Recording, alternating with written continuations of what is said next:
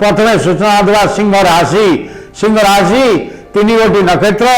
10-5 मघा सिंह 11-5 पूर्वा फाल्गुनी सिंह 12-5 उत्तरा फाल्गुनी सिंह यही 3 नक्षत्र सिंह राशि जात व्यक्ति मानकर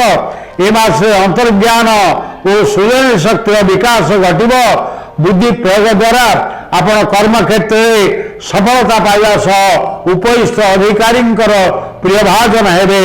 आपण व्यवसाय रे पुंजी लगाना पाई यह उपयुक्त समय होइतिबारु तार सदुपयोग करंतु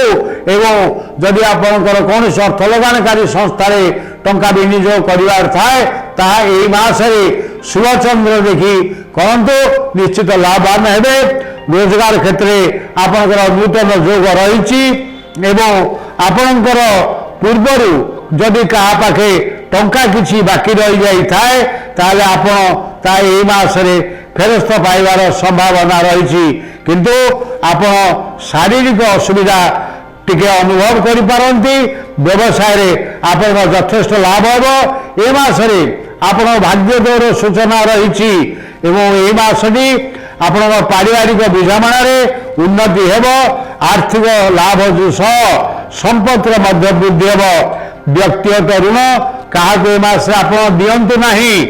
बंधु बांधव वर्ग में आपणकर कलह हबार संभावना रही सतर्क रहिबे किंतु तार समाधान आपण निजर बुद्धि प्रयोग करि पारिबे आपणकर ए मासटी जो फल मिल आप विशेषतः अर्थ लाभर जोग ए मास आप पूर्ण उपयोग करंतु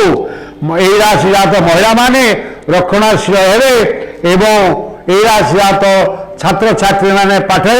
मनोनिवेश करेंगे आप मानकर शुभारंभ होउछि नाली सतर्कता दिवस होछि डिसेम्बर 22, 23, 24, 27 एवं 28 आपण प्रत्यह सूर्य को अर्घ्य दान करंतु एवं तत्सहित ओम गृणी सूर्याय नमः